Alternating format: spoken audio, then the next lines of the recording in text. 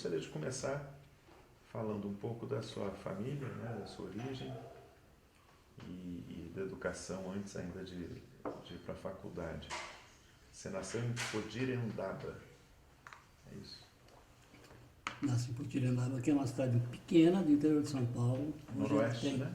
Noroeste paulista? Noroeste, hoje ela tem 15 mil habitantes, fica a 450 quilômetros daqui.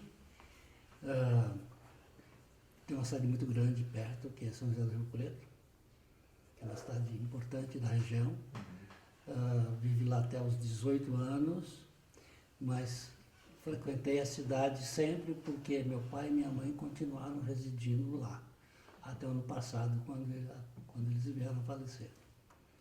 Então, a minha ligação com a cidade ainda permanece, inclusive, porque eu tenho uma casa lá, que era a casa dos meus pais, que agora é minha e do meu irmão. Tem uma pequena fazenda, que era do meu pai, que agora é meu irmão que está dirigindo e tal. Então, tem uma ligação ainda com o interior. Presente. E seu pai era fazendeiro? Meu pai era um pequeno fazendeiro, né? Durante a vida teve outras ocupações, foi comerciante, foi um pequeno industrial, também trabalhando com coisas da zona rural. Ele tinha uma pequena fábrica de fazer arreios, essas coisas de celas, coisa para transporte animal. Mas vocês moravam em fazenda ou na cidade? Nunca moramos. Minha família, toda a minha família, por parte da minha mãe, sempre foi ligada à terra, sempre teve fazenda, ligações com a terra, com produção agrícola, mas nós nunca moramos na roça propriamente, sempre moramos na zona urbana. Né? E até o ginásio eu estudei em Potirendaba. Já quando terminava o ginásio, a gente tinha que ir para Rio Preto, que era a cidade vizinha. Na época existiam 2 colégios estaduais de ensino médio em Rio Preto, mas uns 2 de particulares. Então a gente tinha que ir, eu ia de ônibus todos os dias, ia e voltava. Então concluí em 63, concluí em Rio Preto o antigo curso científico e vim para São Paulo para estudar. E aqui fiquei desde então. Aqui você tinha família? Ou por que opção? Eu tinha famílias. Eu tinha muita família em Santos porque a família do meu pai havia se mudado toda para Santos, porque eu tinha uma tia que era professora e naquele tempo os funcionários públicos não tinham estabilidade, eles podiam ser removidos de acordo com a vontade do governo da época. E houve uma mudança de governo e minha tia foi transferida para Santos. Então ela foi na frente e depois levou a mãe, o pai, todos os irmãos. Então eles se estabeleceram em Santos, onde eu passei a frequentar muito todas as férias, e sempre que eu podia.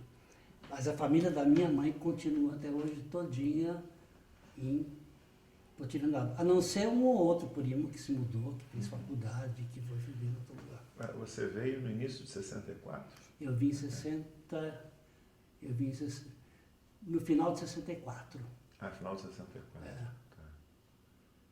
Eu vim para estudar, eu vim para fazer vestibular, fiz um vestibular de medicina, não consegui ser aprovado numa escola pública, só existia, na verdade, escola pública na época, a USP, e existia 2 ou 3 escolas pagas. Eu entrei na Santa Casa, na Faculdade Santa Casa, que era paga, mas era um custo elevado para a minha família, que na época não tinha muita condição de me sustentar. Mas como segunda opção eu tinha entrado na USP em medicina veterinária, que estava muito próximo daquilo, do meio em que eu vivia. Né? Então comecei a fazer a faculdade veterinária. Aí fui, durante uns tempos, morar com os parentes aqui de São Paulo, que eram parentes do meu pai. E eu tinha uma prima exatamente da minha idade que queria fazer ciências sociais. E ela disse, vamos fazer vestibular comigo, porque você me faz companhia e tal. Aí eu fui, nós entramos, começamos a estudar. Eu fazia simultaneamente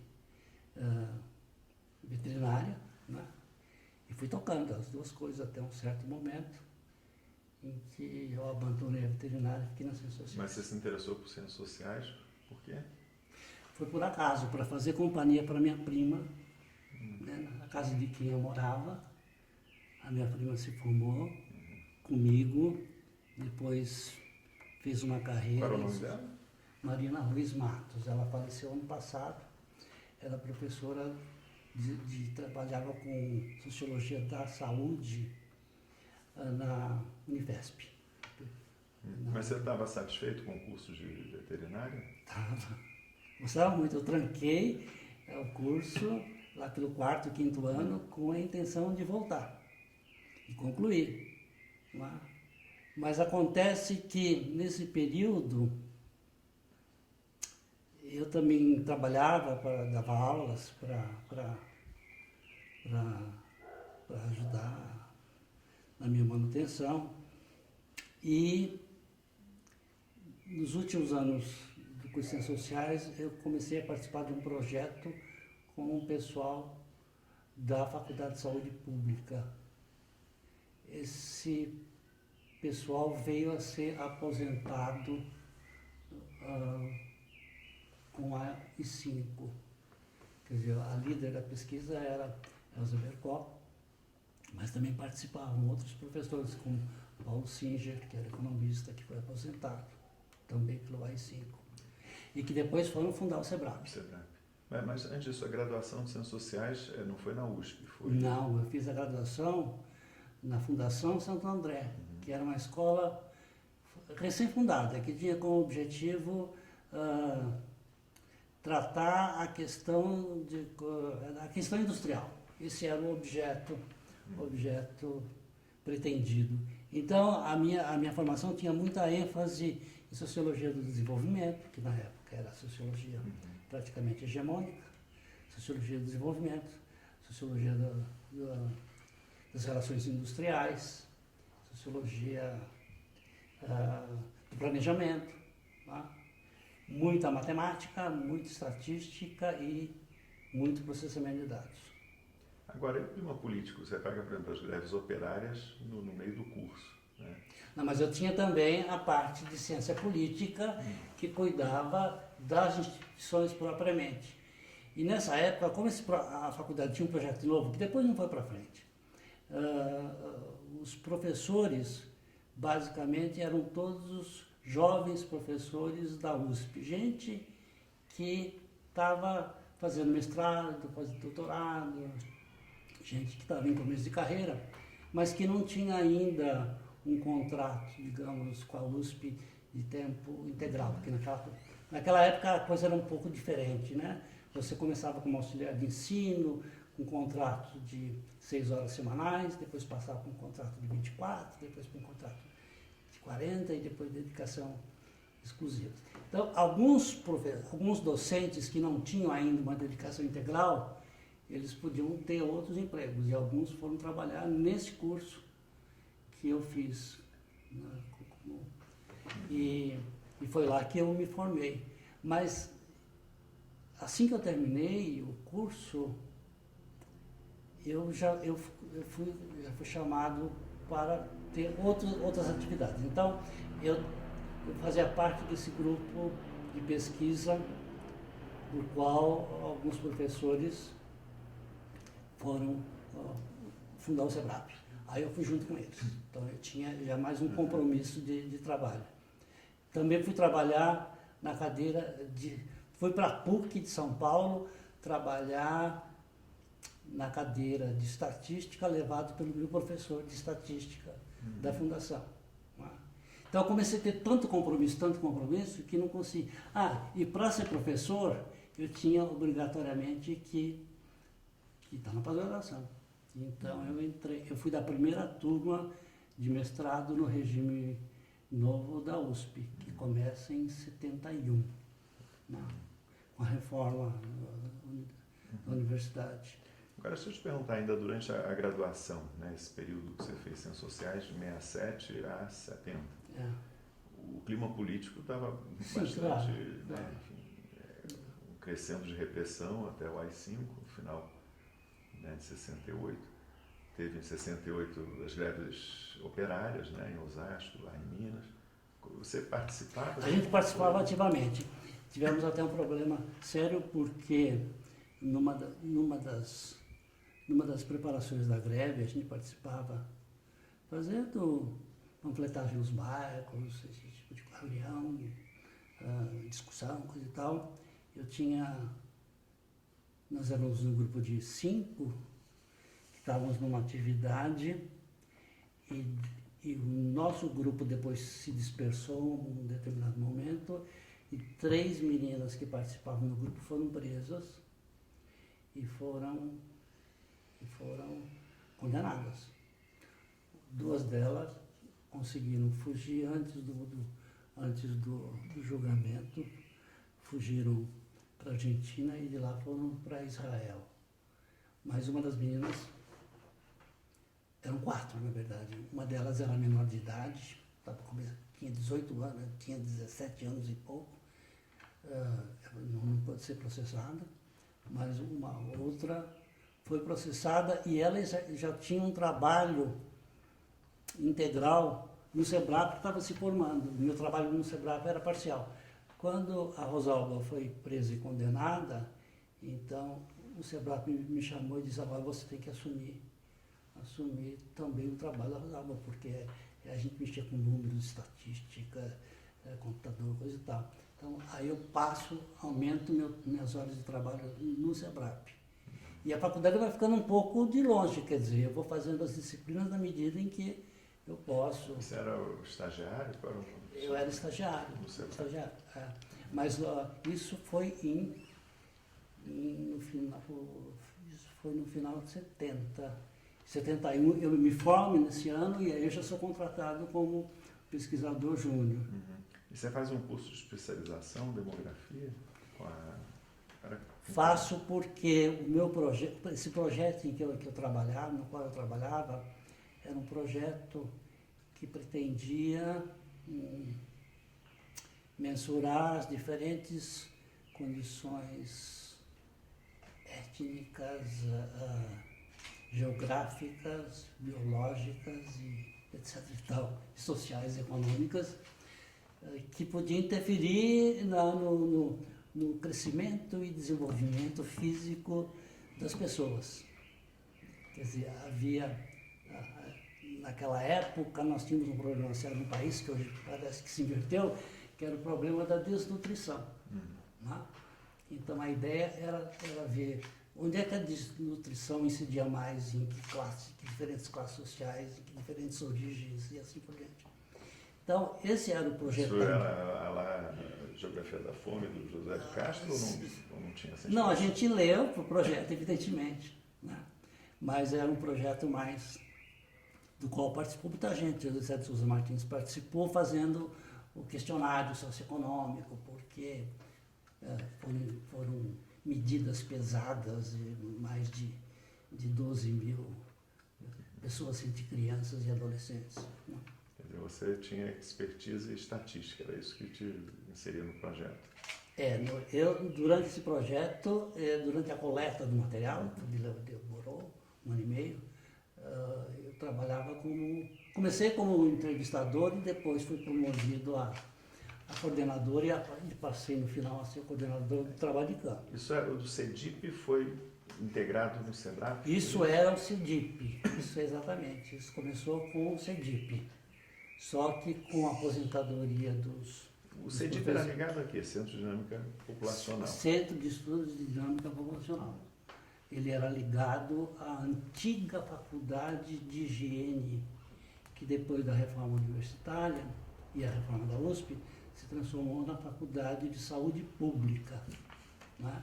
O CEDIP, mesmo depois da saída dos principais pesquisadores, entre eles a Elza Bercock, que era fundador e era a principal pesquisadora, e Paulo Singer e outras pessoas mais, ele ainda ficou algum tempo, pouco tempo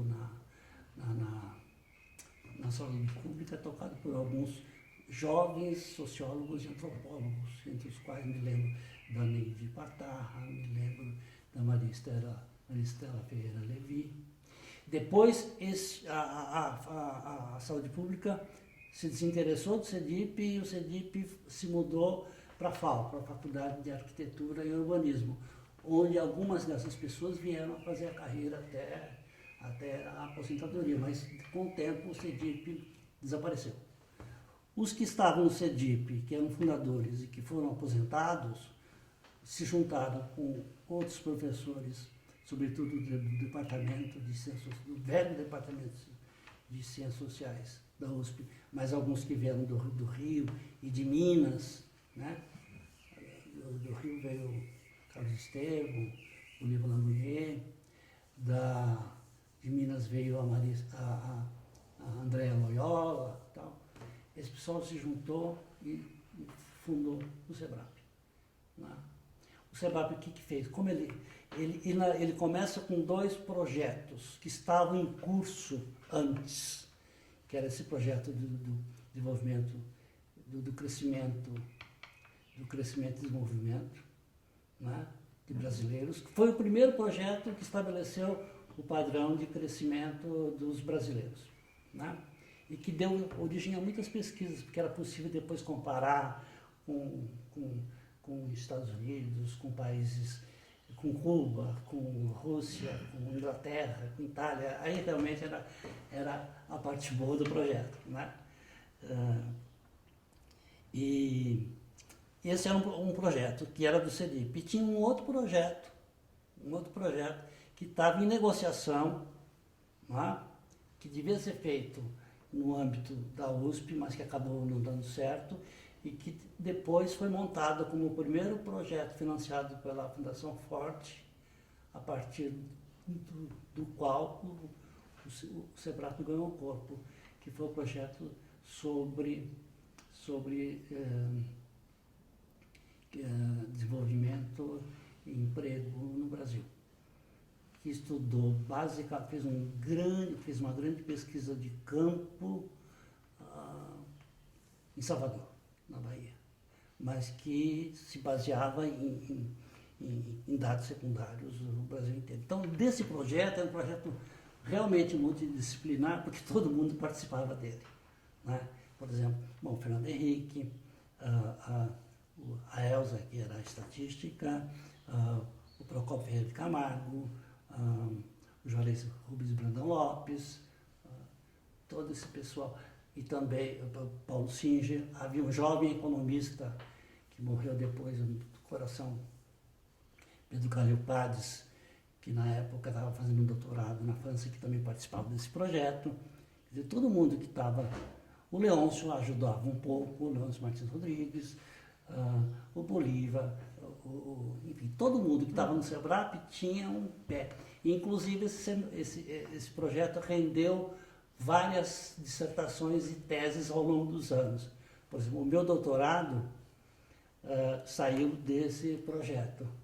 Assim como saiu desse projeto o doutorado do Vilmar Farias, que também fez um estudo com base nos dados desse projeto. Então, esse foi um grande projeto que juntou basicamente todo mundo. Né? Então, a minha atividade era dupla. Eu participava desse projeto, mas também participava de um setor pequeno, que a gente chamava Centro de Cálculo, Serviço de Cálculo, que fazia cálculo para todo mundo. Aí, o SEBRAP negociou um outro projeto, que era... A ideia básica principal do SEBRAP era discutir o seguinte: o que ajuda e o que atrapalha o processo de desenvolvimento no Brasil e na América Latina. Né?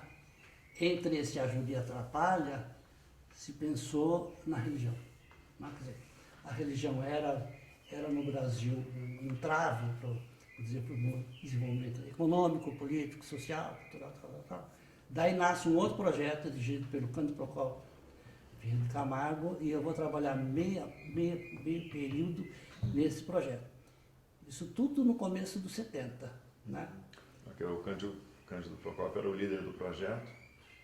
Ele era o líder do projeto, e ele tinha outras atividades, porque também ele era demógrafo, então ele também veio da Faculdade de Saúde Pública, também veio daquela velha, embora ele não fosse aposentado pelo AI-5. Havia alguns professores que entraram para o SEBRAP, entende?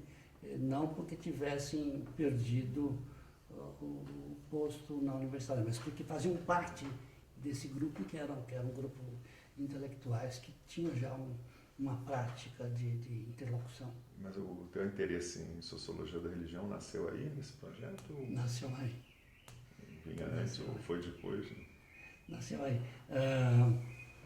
Quer dizer, eu já tinha trabalhado num pequeno projeto quando a gente tinha que fazer um trabalho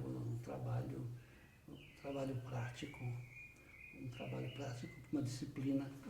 Na verdade, era um núcleo de disciplinas que tratava da questão do trabalho. E a gente estudava algumas cidades periféricas da região metropolitana. E uma coisa que a gente notou é que havia bairros operários onde se dava um crescimento muito grande de evangélicos que eram convertidos. O meu primeiro trabalho ainda foi na faculdade, estudando a conversão de evangélicos recém-chegados do Nordeste que vinham para trabalhar na indústria automobilística e na indústria de autopeças, que então se instalava no Grande ABC. Né? E que fazia esse tipo de coisa, inclusive, fazia parte do objetivo do curso que eu estava fazendo na época. Né? Então, esse foi o meu primeiro contato com religião. E depois se acentuou quando eu entrei nesse grande projeto, no qual participava, por exemplo, a Beatriz Muniz de Souza, que já tinha publicado um livro o primeiro livro praticamente sobre evangélicos pentecostais, outros sociólogos e antropólogos, e depois entrou para esse grupo também o Antônio Flávio Pierucci, né, que tinha chegado... Ele tinha feito teologia ou filosofia? Ele tinha chegado de Roma, onde ele fez teologia na Universidade Gregoriana. E chegando em São Paulo, ele tinha completado um curso de filosofia. Porque naquela época, para você fazer teologia, antes tinha que fazer 3 anos de filosofia. Então ele tinha 3 anos de filosofia, fez um 4º ano, se formou em filosofia e entrou no mestrado, no recém-criado de Ciências Sociais da PUC de São Paulo. Mas isso depois já de ter entrado no SEBRAP? Isso, mais ou menos concomitantemente, porque... Como é que foi a conversão dele para as Ciências Sociais? Então, porque ele entrou, porque eu conheci, eu era amigo de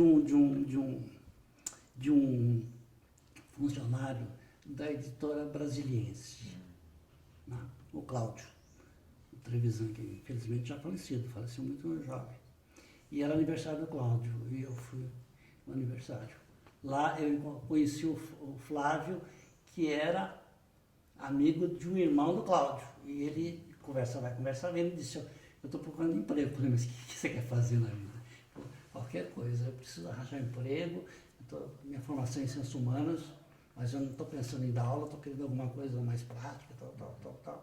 Falei, olha, aí eu perguntei a ele se ele tinha familiaridade com o catolicismo. Ele disse, tenho toda a familiaridade. Falei, sabe latim? Eu falei, sim, estudei 4 anos, fazendo todas as provas em latim.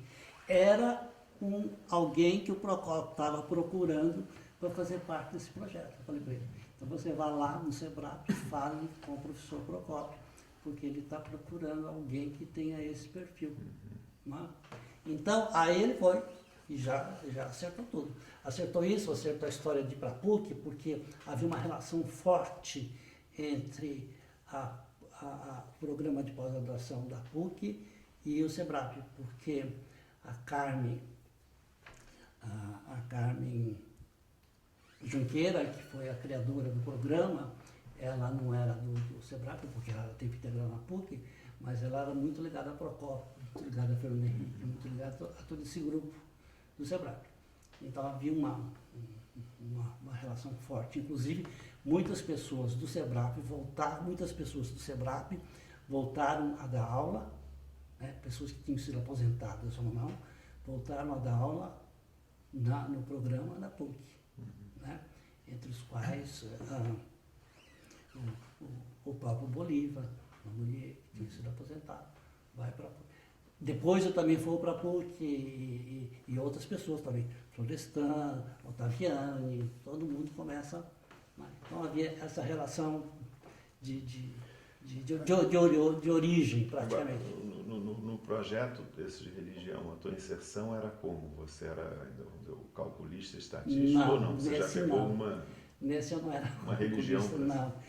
Esse projeto, na verdade,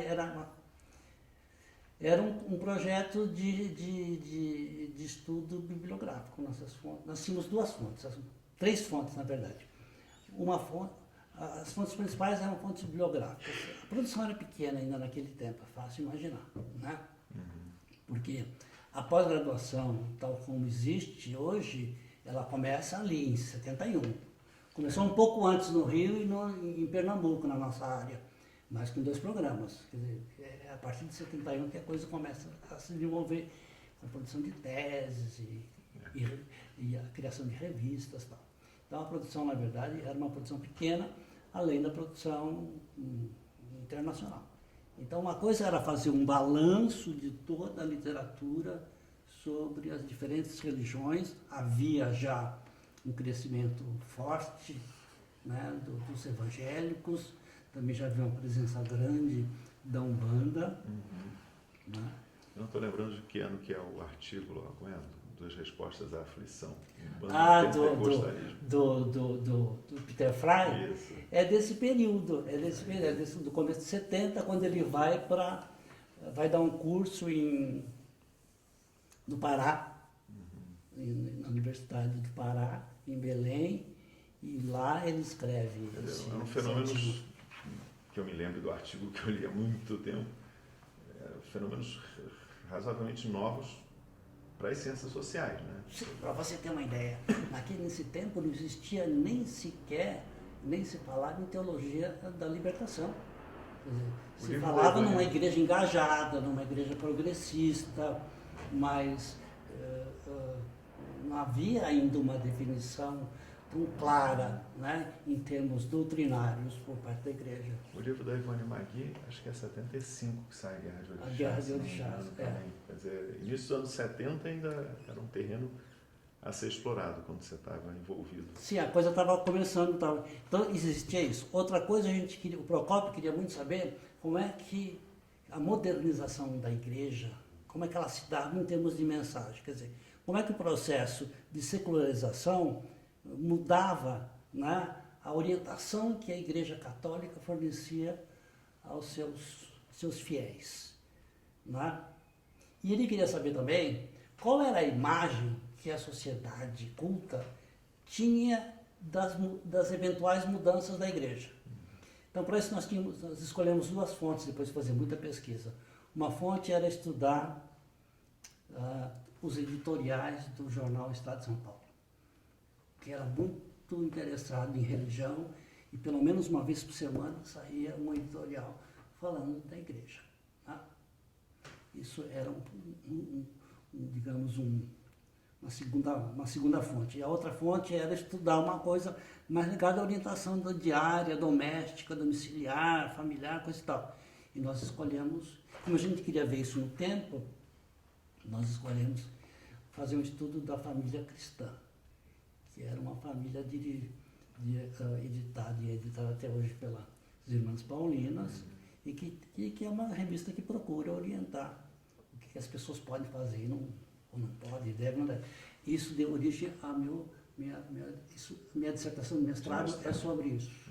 Mensagem Católica e Mudança Social no Brasil, 40 a 71, aí você pega 3 décadas. Eu pego 3 décadas. Agora, o mestrado você entra em 71 logo. Sim, 71, na primeira Você falou turma. que já era a primeira turma do Sistema Novo da USP. Quer dizer, o que é o Sistema Novo? A mudança?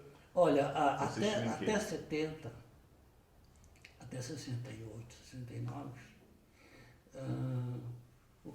existia a cátedra. Né? Sim.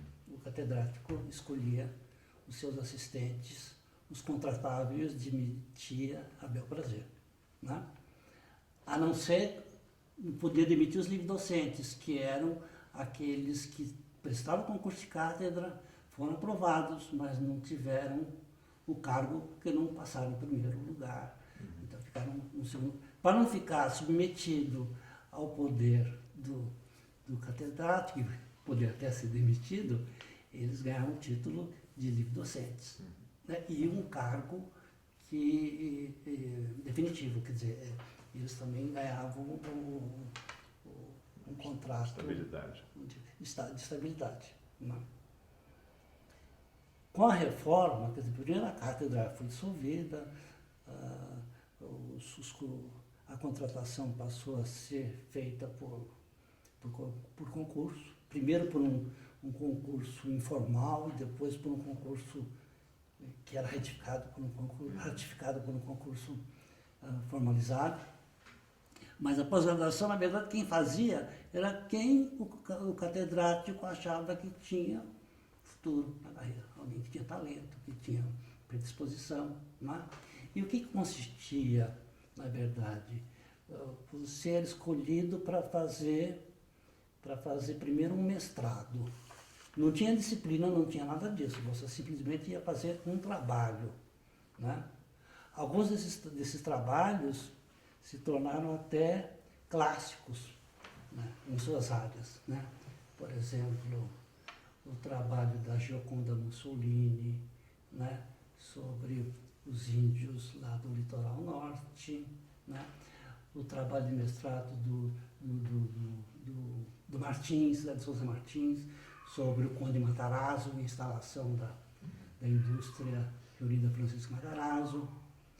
E depois, se o aluno ia bem, se ele fazia o mestrado, podia fazer o doutorado. Para fazer o doutorado, tinha que fazer uma tese e uma tese subsidiária, chamada. Uma pequena tese, grande tese. Era o modelo francês. Né? Que depois foi substituído pelo doutorado de Estado. Então as pessoas se inscreviam, isso com beneplácito do orientador, que era, na verdade, o chefe da cadeira, o catedrático, e não tinha prazo. Quer dizer, você podia levar 10, 20, 30, 40 anos, 50 anos para fazer um doutorado. Não tinha prazo nenhum. Isso mudou completamente em 71. A partir daí, você tinha os créditos que consistiam em disciplinas, atividades práticas e a tese, né? Ou a dissertação, no caso do mestrado. Né? Então é isso que a gente chama de regime novo, que é o regime que existe até hoje e que é mais baseado, na época, no modelo americano do que no modelo francês, que foi o anterior. Sim. Né? Agora, a sua orientadora foi a Aparecida Jolie Gouveia. Ela era da área de Sociologia da Educação. Mas... Ela era da área de Sociologia da Educação, mas ela era a responsável pelas disciplinas de metodologia. E como naquela época eu tinha uma formação bastante forte em metodologia quantitativa, porque tinha toda aquela experiência dos projetos, de estudar estatística, coisa e tal, e de estudar coisas computacionais e assim por diante, e eu fui fazer com a Aparecida, né? Que foi minha orientadora no mestrado e no doutorado. Que, digamos, que era a minha orientadora metodológica, digamos. Mas a orientação substantiva, evidentemente, vinha de outros lugares. Por exemplo, meu mestrado era um mestrado sobre religião. Né?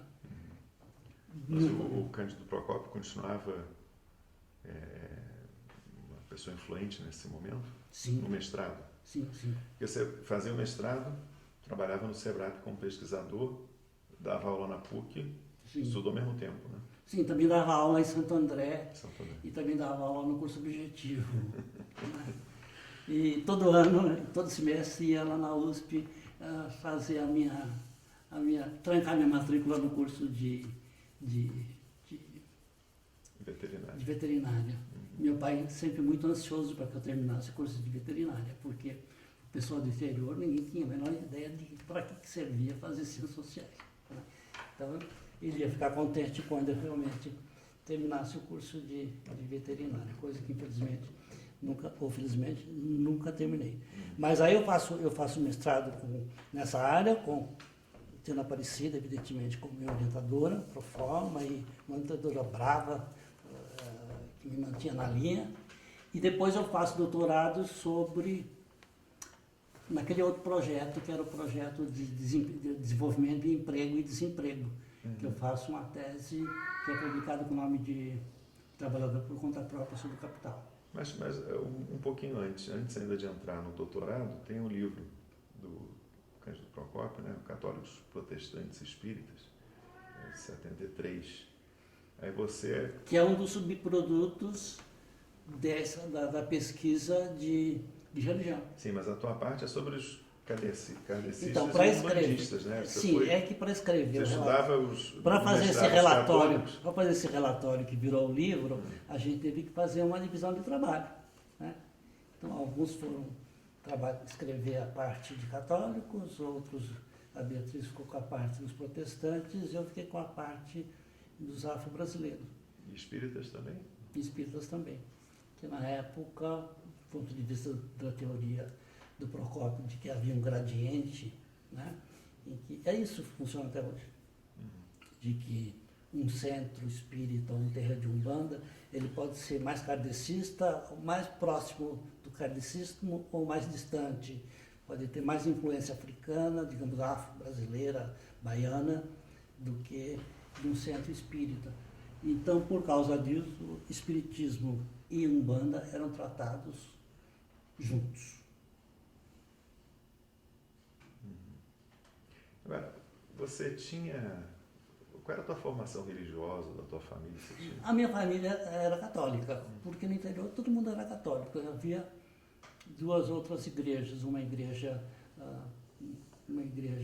batista, que era de origem que não fazia adeptos, eram poucas famílias de antigos colonos, antigos famílias de lavradores, e havia uma igreja pentecostal, Congregação Cristã do Brasil, pequena, mas também de pouca visibilidade. A maioria, assim, 98%, certo? Era de católicos. A minha família sempre foi católica, mas sempre foi aquele tipo de católico que não vai à igreja, né? Que vai à igreja quando batiza alguém, quando casa, quando batiza e quando morre. Né? Então não era uma família, como foi até hoje, a grande parte da minha família é esse tipo de católico, um católico mas e tradicional. você? Eu também, né? E a igreja, muito de vez em quando. Mas e depois, já adulto lá, estudando, você Não, aí não ia mais a igreja. materialista? Não, aí a gente já não, aí a gente já achava que a religião era o ópio do povo, né?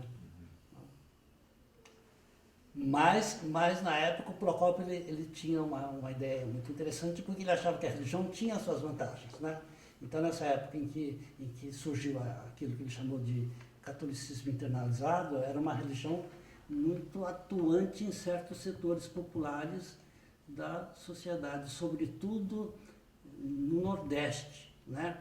Onde a religião dava cursos de alfabetização de adultos, fazia campanhas de regularização de carteira de trabalho, quer dizer, havia um processo, uma proposta de inclusão que estava muito presente nesse tipo de religiosidade, né? Que não era geral. Alguns bispos eram responsáveis por isso. O mais famoso de todos eles, eu acho que foi Dom Helder Câmara, né? Na região de Pernambuco. Né? Outros também. Mas São Paulo, na época, não tinha, o bispo de São Paulo não tinha nenhuma atuação nesse sentido, né? Mas a gente encontrava em várias... A gente até fazia muitas viagens para assistir a atuação desses bispos, desses padres. Fomos à Bahia, fomos ao Pará, fomos ao Ceará, né? Fomos ao Rio Grande do Sul, né? Tudo isso como parte desse projeto do Procópio. Então, esse livro é, na verdade, um relatório de pesquisa que foi feito para prestar contas à Fundação Forte. Né? Depois foi publicado. E aí terminou aí o projeto ou continua? Não, esse projeto continuou dando outros frutos, muito artigo, e assim por diante. Nessa época, terminado esse relatório, eu fui trabalhar, eu fiquei mais empenhado no projeto que tratava da discussão da questão do trabalho, né? Porque meu doutorado estava caminhando nesse sentido. Mas por que no doutorado você mudou de tema, não saiu da religião e foi para o mercado informal de trabalho? Porque eu era um pesquisador assalariado, subalterno. E eu tinha que trabalhar no projeto que me mandasse, entendeu? Então eu fui alocado, eu estava trabalhando com o professor. Aí o Fernando Henrique disse, não, dá o Reginaldo para trabalhar com a gente agora. Então, aí eu saio desse grupo e vou trabalhar com outro grupo. Mas, por exemplo, o Flávio, que trabalhava com o Procópio, trabalhou muitos anos depois, seguidamente com o Procópio, fez uma dissertação de mestrado que era da área de demografia, de um outro projeto do SEBRAP, né? Que ele trabalhava a questão do controle da natalidade, como é que a igreja trabalhava a questão da natalidade e como é que isso era operado no nível da orientação da conduta pelos vigários, pelos padres, nos confessionários e assim por diante. Né? Então no SEBRAP tinha os cardeais que sim, Como era o ambiente nesse início? Você ficou até 76, né? Eu fiquei até 76 oficialmente, mas depois eu fiquei mais, voltei e tal. Trabalhar no SEBRAP nessa época? Então, o clima era ótimo, era muito bom porque todos queriam que a gente aprendesse, entende? Bom, tinha grandes professores, né? Que perderam seus alunos, que perderam seus discípulos. Foram caçados, e que de repente, aposentados. Exatamente, perderam o seu lugar de professor. Então, o SEBRAP foi uma forma deles se reencontrarem também como formadores de gente. Né? Então, você tinha grupos até que disputavam os estagiários. Né? Então, você, inclusive, tinha grande liberdade de trabalhar no projeto, quer dizer, te convidavam para trabalhar no projeto, mas se aquilo não era... Nós temos um gato que quer participar. Né? Ela é um gato muito velho, ela tem 21 anos de idade. Nossa. Completos. Então ela tem alguns privilégios. Então, tinha uma coisa muito importante no SEBRAP que era apelidado de mesão.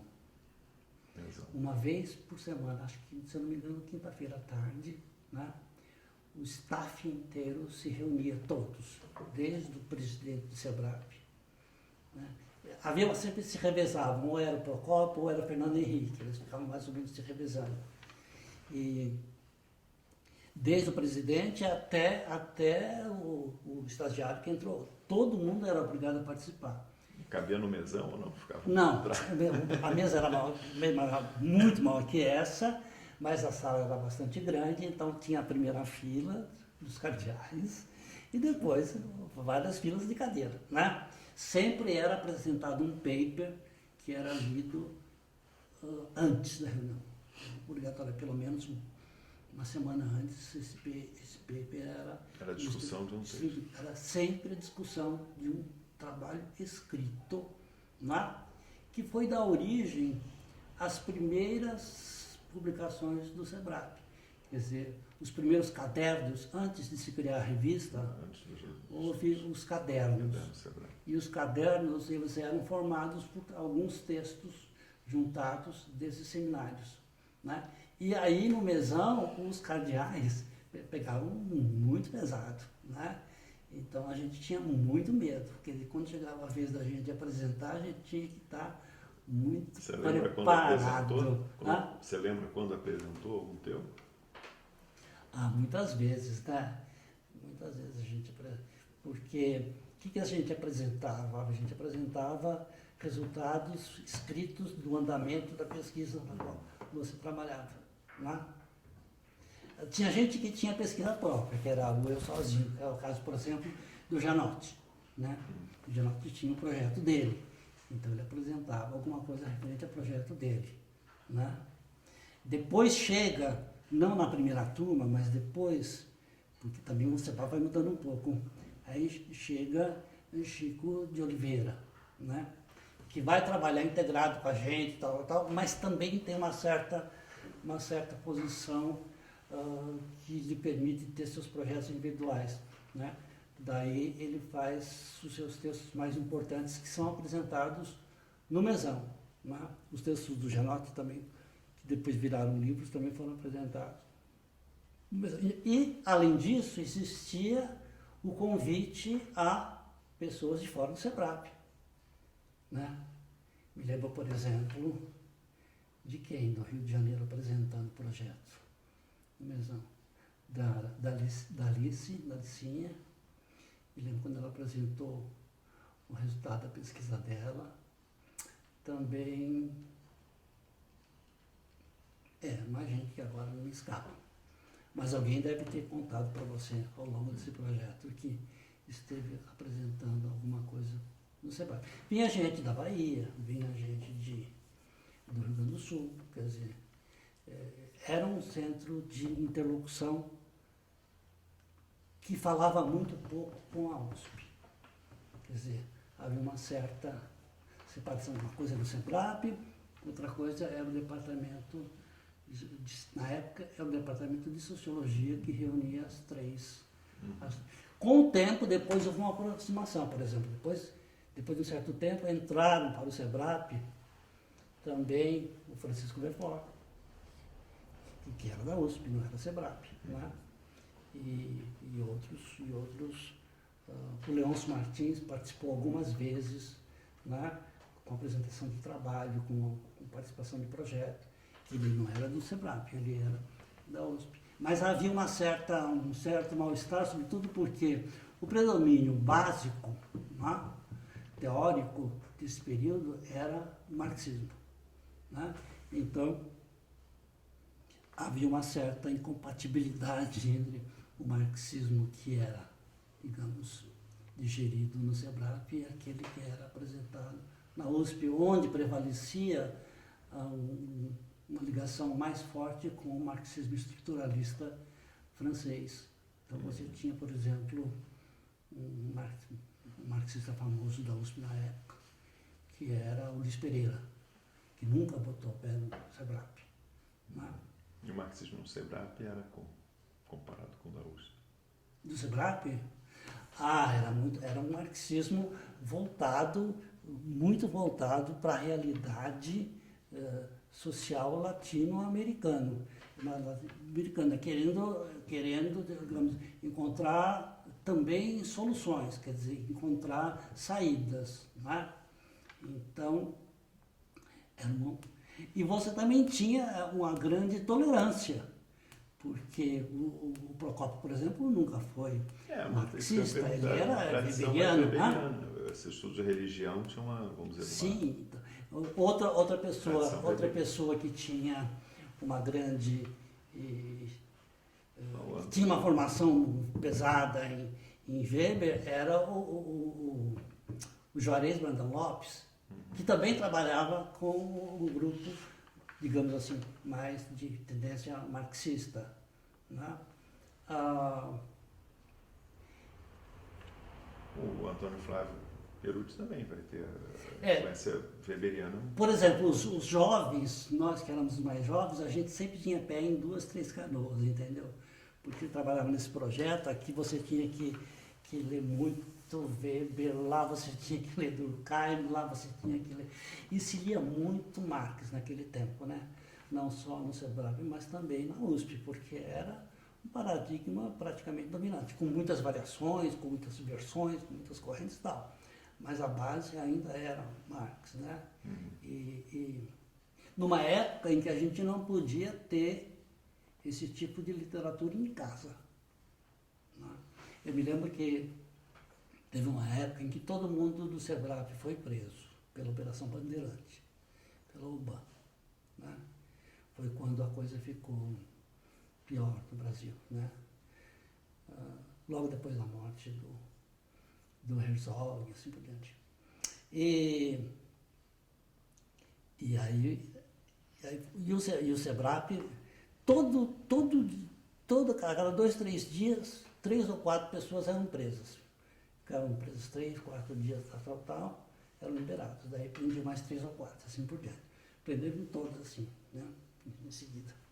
E quem ajudava muito a gente nessa época era o senador, como ele chamava o senador que era ministro do Comércio, que era dono da Cobertores Paraíba, Severo Gomes. Severo Gomes, que era amigo de infância do Procópio, muito amigo de Fernando Henrique, muito amigo de outros. Então era ele e o cardeal, Dom Paulo Evaristo Arnes. Então qualquer fim da tarde tinha que telefonar para os dois. Agora tem fulano e tal. Eles um pouco que faziam intermediação lá para que a barra fosse mais leve. Chegou a ser muito pesada para alguns dos nossos colegas, que sofreram bastante na Operação Bandeirantes. Tá? E por que eu estou dizendo isso? Não, sobre lá no SEBRAP, como é que era o clima no SEBRAP, né? Então tinha esse clima, um pouco esse clima heróico, né, de que a gente, na verdade, constituía, embora fôssemos jovens aprendizes, fazíamos parte de um grupo de resistência que tinha muito prestígio internacional, né? Todos os grandes pesquisadores que vinham ao Brasil, para a universidade, faziam questão absoluta de ir para o SEBRAP, né? Falar, participar, ouvir. A gente viajava muito também a convite das universidades. Inclusive os jovens tinham que aprender desde cedo que tinha que enfrentar o mundo exterior. Então, tinha um pouco... E o SEBRAP tinha algumas regras de defesa também. Por exemplo, no SEBRAP não podia ter mimeógrafo, nem xerox. Nada copiador. Era para ninguém, para alguém não correr o risco de copiar coisas que pudessem depois ser usadas pela polícia da ditadura. E foi aí que a coisa complicou, porque um colega nosso mandou para a França um envelope com... Não diria que seja material subversivo, né? Era considerado, mas eram coisas referentes ao Brasil, descrições de situações sociais e econômicas que estavam acontecendo aqui, mas que eram coisas muito reservadas. E essa correspondência foi interceptada e foi isso que deu origem a esse prende-prende em que todo mundo... Ele mandou no envelope do SEBRAP. Assim. Foi, exatamente. Com carinho, inclusive. E só depois, passado esse período, é que realmente o SEBRAP resolveu fundar a revista Novos Estudos, porque durante muito tempo, né, qualquer material impresso podia servir de prova. Então existia essa ideia de que lá era uma escola, de que a gente era privilegiado, porque a gente era estudante, tinha um pequeno salário, a gente aprendia, os mestres estavam lá, ao mesmo tempo a gente estava na USP, a gente estava na PUC, né? Então era um ambiente, digamos, intelectualmente muito estimulante, né? E politicamente muito, muito interessante também. Você começa a dar aula na USP ainda antes de acabar o doutorado. Então, 76? É. Foi isso? Eu fiz parte do primeiro, eu entrei na USP, na primeira turma do regime novo. Depois eu defendi o mestrado, eu fui meu primeiro mestrado defendido no regime novo foi o meu. Porque, evidentemente, todo mundo, naquele tempo não tinha pressa, né? Você podia levar muito tempo para fazer, não tinha esse negócio da CAPES, que tinha prazos, nada disso, né? Mas como eu trabalhava com projetos que tinham prazo, então eu andava mais depressa. Então, eu fiz rapidamente o mestrado em 74 e no mesmo ano já saiu publicado num caderno do SEBRAP, já num formato de livro que era editado pela Brasiliense. Não é? E naquele tempo tinha uma coisa interessante, você terminava o mestrado, você não era desligado do programa, você continuava no programa. Todos os créditos feitos no mestrado contavam para o doutorado. Ele continuava se entrasse para o doutorado direto. Não tinha Não isso. tinha Não. Você entrava na pós-graduação. Ah. Aí você fazia o mestrado, depois fazia o doutorado sem ter que fazer uma nova inscrição, uma nova competição, nada disso. Você ia direto. Né? Agora, o teu doutorado foi curto, né? Para a época, que demorava às vezes muito mais tempo. Então, isso que eu estou dizendo, eu fui assim campeão de velocidade em algumas coisas. Eu fui da primeira turma, foi meu primeiro mestrado, e eu fui o primeiro doutorado no regime novo. Mas anos depois de mim, eu tenho colegas que defenderam o doutorado que ainda eram inscritos no regime velho. Porque quando começou a pós-graduação nova, todo mundo que estava inscrito no regime velho tinha 10 anos de prazo para entregar o doutorado. Então eu tenho colegas da mesma geração, que foram docentes comigo na USP, que fizeram tese ou na mesma época que eu, ou depois de mim, mas que faziam pelo regime antigo. Para entrar na USP, no início de 76. Então, mas aí, isso que você perguntou, eu terminei acho que 74, acho que eu tinha um mestrado, uma coisa assim, 75, não sei. Foi 74. Então, e aí abre um concurso para auxiliar de ensino, que era uma coisa que existia na época, porque a carreira era diferente, era auxiliar de ensino, que eram os que tinham mestrado, depois vinha o assistente. Não, auxiliar de ensino aqui é quem não tinha nada. O assistente era o mestrado. O assistente é o que tinha mestrado. E depois tinha um assistente doutor que tinha doutorado. Depois vinha o adjunto e depois o titular.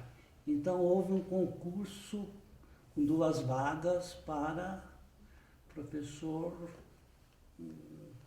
para auxiliar de ensino. E eu prestei esse concurso, passamos eu e uma outra menina que acabou desistindo porque ela já era professora da economia, da FEA, e a FEA, quando ela entrou no departamento de sociologia, ela era professora de 6 horas de aula por semana, e a FEA imediatamente ofereceu para ela 24 horas.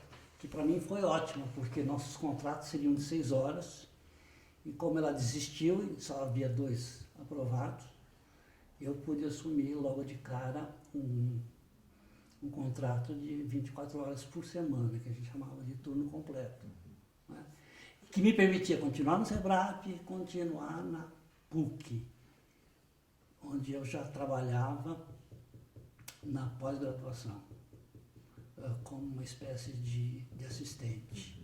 Né? E tive que desistir de outras coisas, por exemplo, sair da faculdade Objetivo, que nessa época é uma faculdade que rendia um bom salário. Né?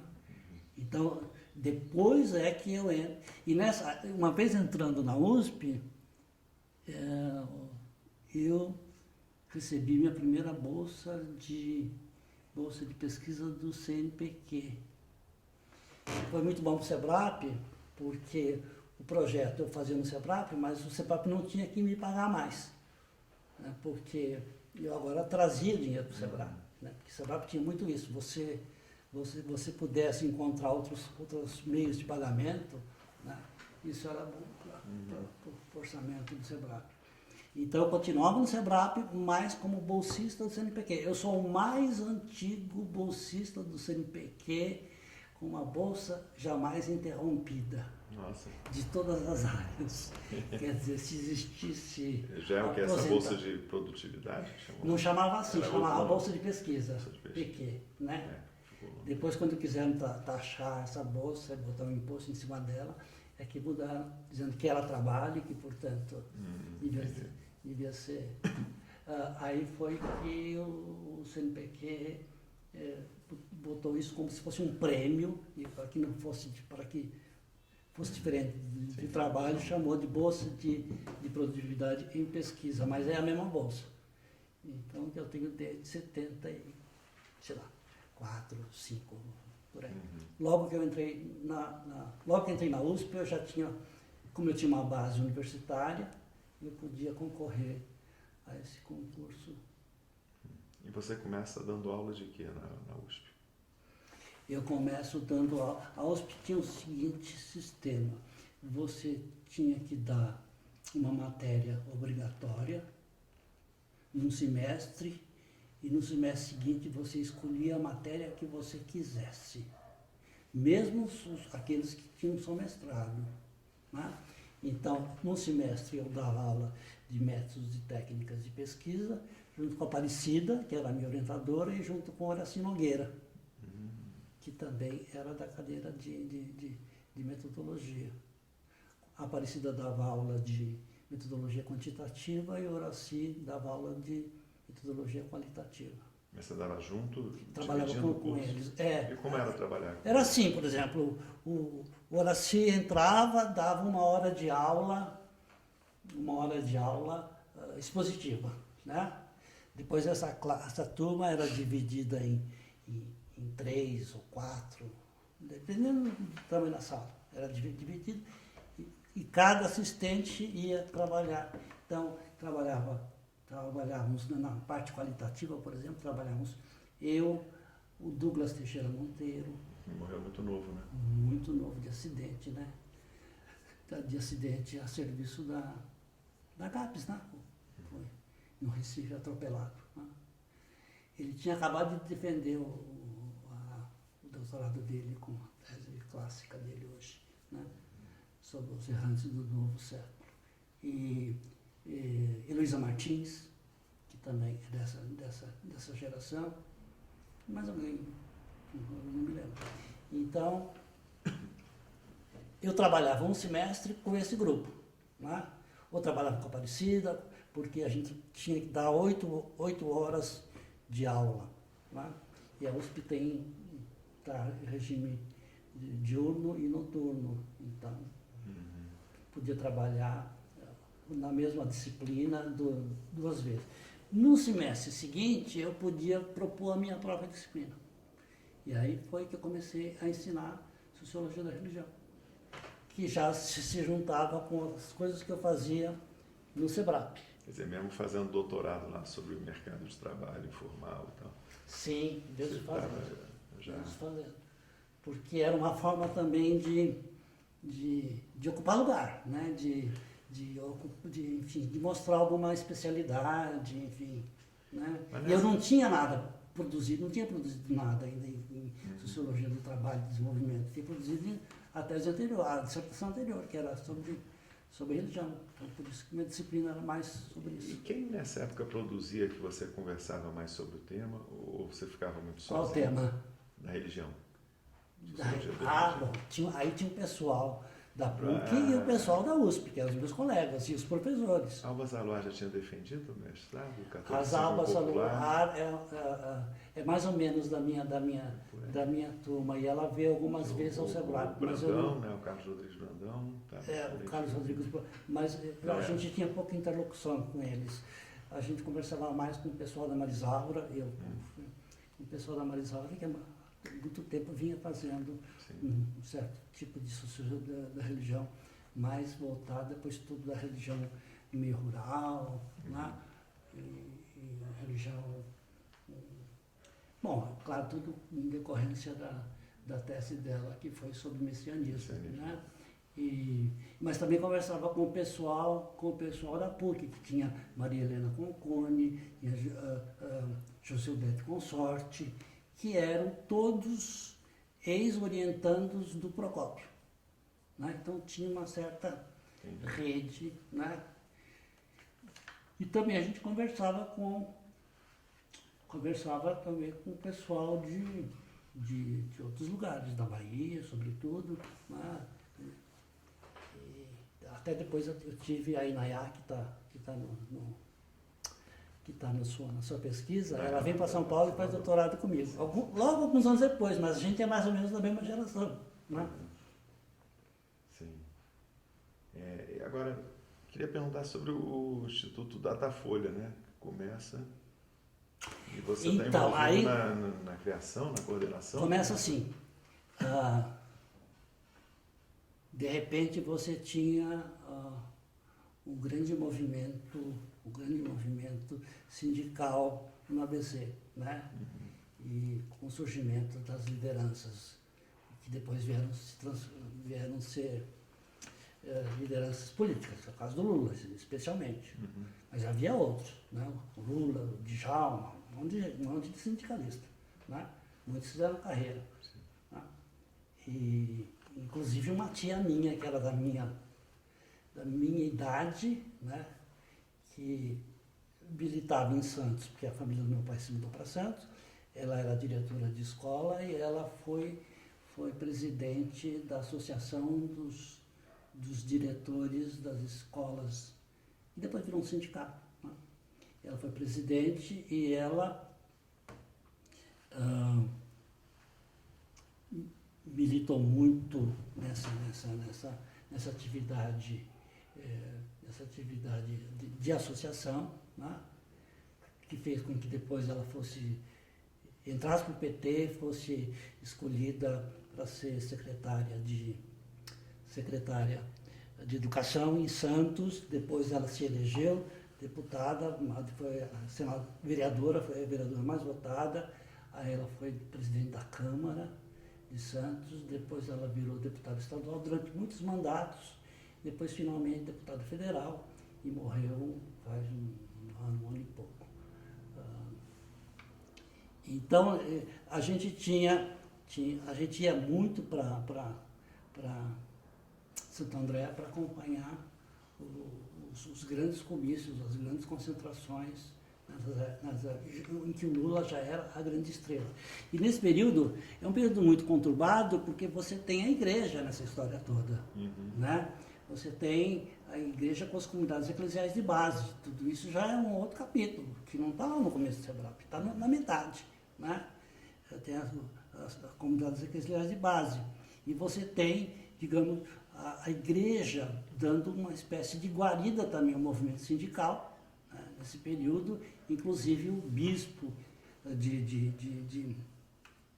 de São Bernardo do Campo, que é um pouco que servia de guarda-chuva.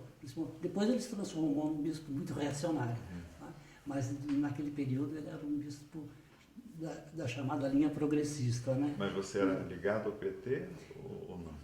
Eu era afiliado ao PT, sim. Desde o início? Desde o início, desde o começo. E tinha muita discussão na época, eu me lembro, eu estava na faculdade ainda fazendo graduação, né?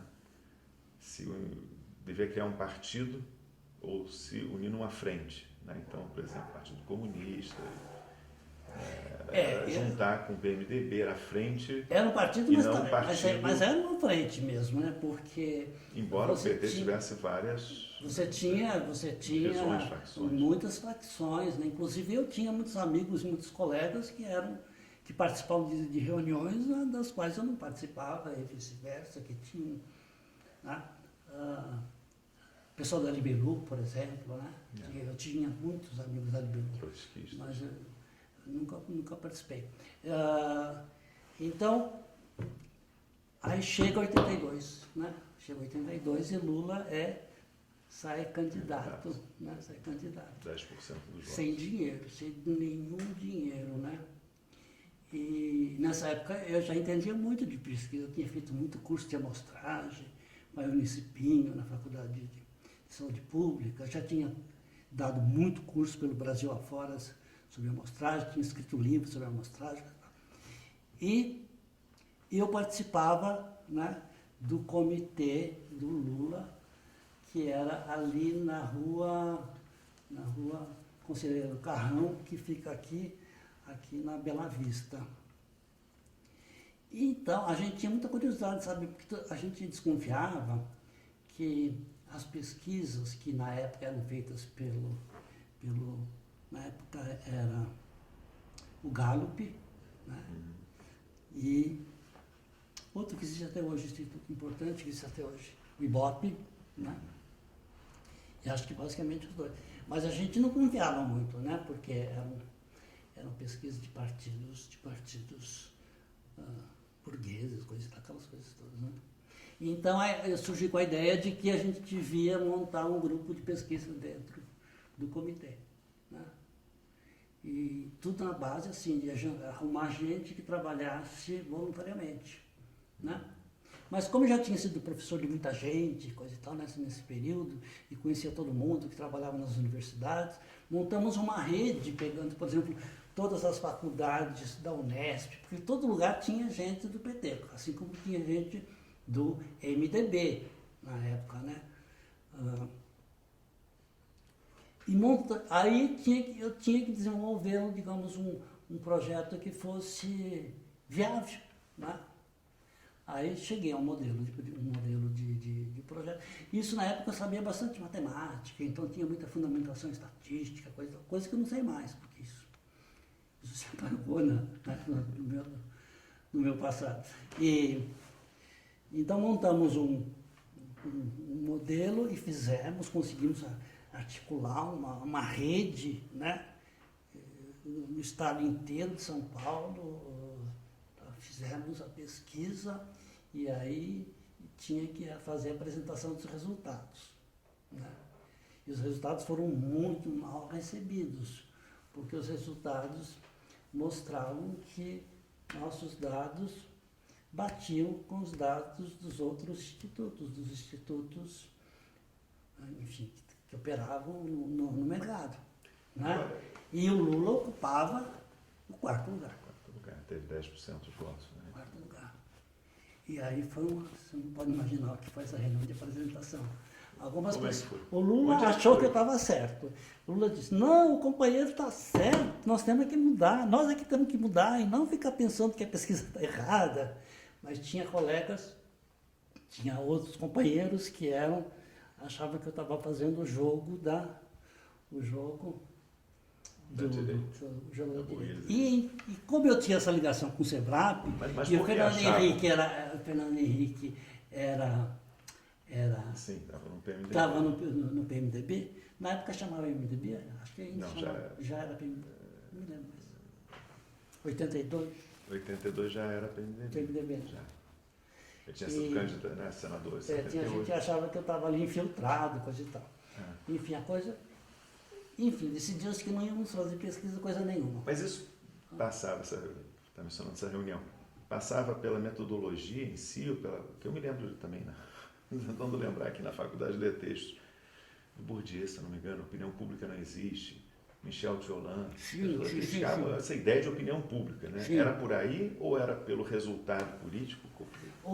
Quer dizer, era pelo foi resultado... mal recebido por alguns mal recebido pelo resultado político, porque todo mundo acreditava que o Lula estava lá na frente, estava para ganhar. Quer dizer, todo mundo tinha uma ideia muito distorcida, né, do que era a realidade eleitoral da época. Mas tinha alguns colegas que achavam que isso era, digamos, um desvio de formação política, porque a opinião pública não existe. Isso vai dar origem a uma outra história. E tínhamos a nossa filósofa de plantão, que era a Marilene, que detestava essa ideia de pesquisa, né? Eu achava isso o fim do mundo, né? E, enfim, ela estava presente? O meu claro, ela estava sentada na mesa, no lugar mais importante. E eu sei que o meu durou pouco, essa brincadeira. Eu me lembro dela muito nessa primeira eleição, na crítica ao voto útil. Sim, me lembro. Muito... Me lembro. ela era muito atuante nesse período e era muito ouvida pelo Lula. Eu sei que a coisa, que resolvemos não fazer mais, pronto. Vamos gastar o nosso tempo indo de casa em casa, não para perguntar em quem você vai votar, mas para insistir com a pessoa que votasse certo. Era essa consciência de classe. Essa foi a ideia que ganhou, que venceu. E eu me submeti, evidentemente. Mas aí, a Folha de São Paulo queria fazer pesquisas que fossem rápidas, fossem muito rápidas, porque os institutos levavam 15 dias, 20 dias para colher, para fazer a coleta do material. E no meu modelo, isso era feito num dia. Né? E o seu Frias, que era o publisher da Folha, chamou o Vilmar Farias e disse: Vilmar, você não quer bolar uma pesquisa para a gente fazer, mas que seja uma coisa super rápida, coisa e tal, assim, pá. O Vilmar falou assim: olha, eu não me atreveria tanto, mas eu tenho um colega bem atrevido, que eu acho que topa, que é o Reginaldo Prandi.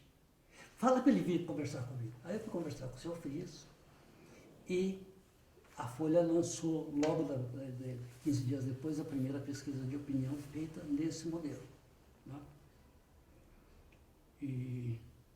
E aí começa. E é uma coisa que não era da Folha, era uma pesquisa da Folha.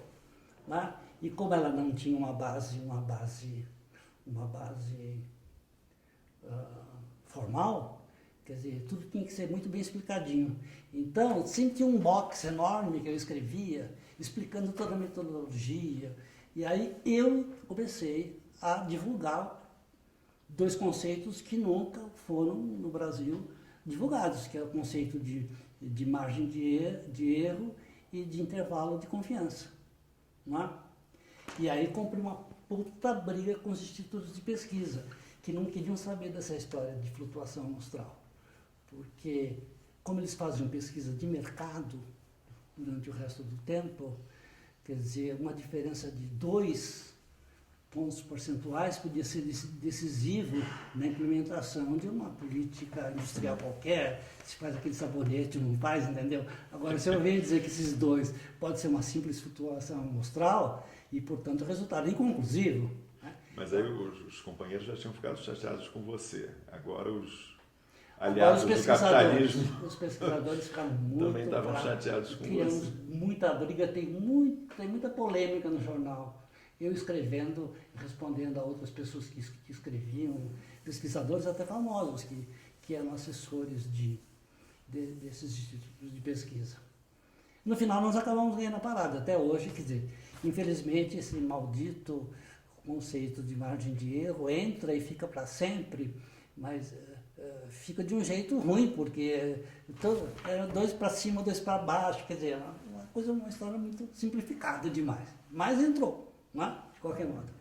E entrou erradamente, porque eu não sei exatamente qual é a margem de erro que eles estão usando, porque eles não explicitam, né, os intervalos de confiança, coisa e tal. Bom, mas enfim, é uma coisa que saiu daí. Mas, na universidade, a briga contra a pesquisa continuou. Nós fizemos um simpósio,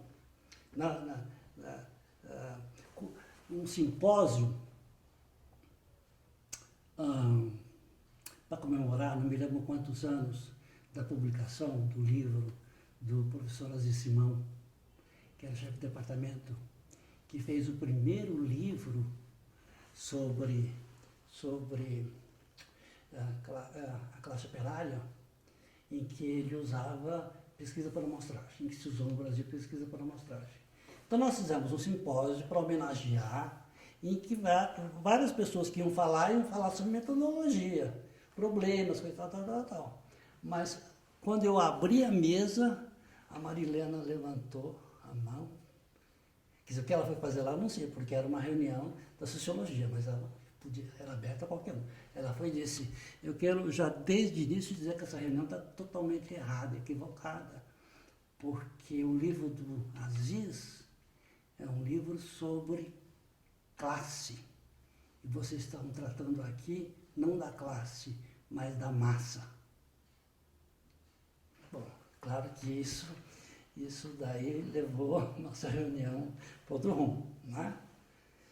De qualquer modo, foi uma reunião importante. Tão importante que eu falei, bom, já que é assim, eu preciso parar um pouco e pensar.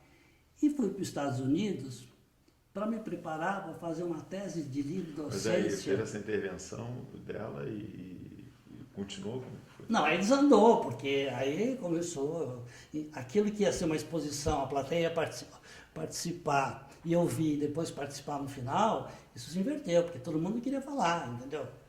Quer dizer, nem sei que fim levou. Muita gente foi, que ia falar, que tinha sido convidado para falar, se sentiu ofendido, foi embora, entendeu? Porque a universidade convida para falar, depois não deixa falar, que história é essa? Né? Eu sei que eu fiquei tão desnorteado, falei, não, acho que eu preciso realmente parar e fazer uma reflexão. Você conhecia a Maria Helena? Sim, era do departamento de filosofia, eu era na época do departamento de sociologia, tomávamos café junto, mesmo prédio, mesmo corredor. Éramos, inclusive, companheiros de partido. Né? A briga dela não era comigo, a briga dela era uma ideia. Né? Inclusive, nos escrevemos artigos na Folha mal educados, um contra o outro. Né? Que é uma coisa que eu não faria hoje. Eu sei que eu resolvi botar a ordem na minha... fazer uma coisa mais elaborada. Falei, vou fazer uma tese de docência, né, porque já estava na época de fazer livre docência, sobre a questão da opinião pública, né, e da pesquisa de opinião e a formação da opinião pública. E fui para os Estados Unidos. Fiquei lá algum tempo. No Oregon. No Oregon estava acontecendo um projeto muito grande, preocupado com isso, né, que tinha sido, digamos, uma iniciativa de um pessoal de Berkeley, mais um pessoal de Columbia. Aí eu fui para lá e fiquei lá, e depois fui para Berkeley, depois fui para Nova York, coisa e tal. Juntei muito material e voltei assim, tinindo para fazer a minha tese de mestrado. E naquela época não tinha, a informática estava caminhando, não tinha pendrive, não tinha disquete, não tinha nada disso, não tinha, né? Tudo era xerox mesmo, né? Cópia material, né? Então eu tinha uma mala e com todo o material que eu consegui juntar, colher, livros comprados, muito material, né? Que não tinha assim, esse intercâmbio de bibliotecas, que você tinha que... Não sei se você lembra que a gente viajava só para comprar livro, né? Hoje você compra pela Amazon, né? Antes do livro sair no mercado, você já compra o livro. Então compra o e-book já. Né? Pois é. Mas na época eu sei que na volta eu fiz um voo que era Los Angeles, São Paulo, com troca de avião em Miami, e teve uma tempestade elétrica, aquela tempestade de raio, coisa que eu nunca vi no Brasil, e meu voo ficou girando, perdi a conexão. Depois eu fui embarcado num outro voo. Consegui chegar, mas as minhas malas se perderam. Todo o meu material de pesquisa. Para sempre? Não. Chegaram depois? Elas chegaram 6 meses depois. Quando eu já tinha mudado, eu já tinha ficado tão desesperado. E aí, conversando com o Procópio sobre isso, ele falou, já que as coisas estão assim, por que você não retoma nossas velhas ideias do Zebrap e faz uma tese sobre religião? Os deuses, os orixás não quiseram que a mala chegasse. Eles raptaram minha mala. E nesse período, eu estava ajudando meu colega Lício Nogueira Negrão, mais a Marlena Cancone, que era da PUC, que tinham feito uma pesquisa sobre o registro de terreiros de Umbanda nos cartórios de São Paulo, que eram 23 cartórios de registro. Naquela época, qualquer pessoa, para ter um terreiro, tinha que obrigatoriamente ter um registro no cartório de registro civil. Depois a lei mudou e tal. Hoje você pode fazer o que quiser. Mas na época não. Para você ter qualquer atividade religiosa, você tinha que ter esse registro. Então, para escrever um pouco a história da difusão da Umbanda em São Paulo, Marilena e Lísias, com um projeto financiado pela FAPESP, fizeram um grande levantamento, praticamente censitário, pegando livro por livro, em todo. E foi na época que eu cheguei e eles estavam com esse problema, temos que processar esse material agora. Aí eu entrei para ajudá-los a processar, porque eu mexia muito nessa época no computador, né? Ele tinha 2 estagiários e tal, fomos fazendo.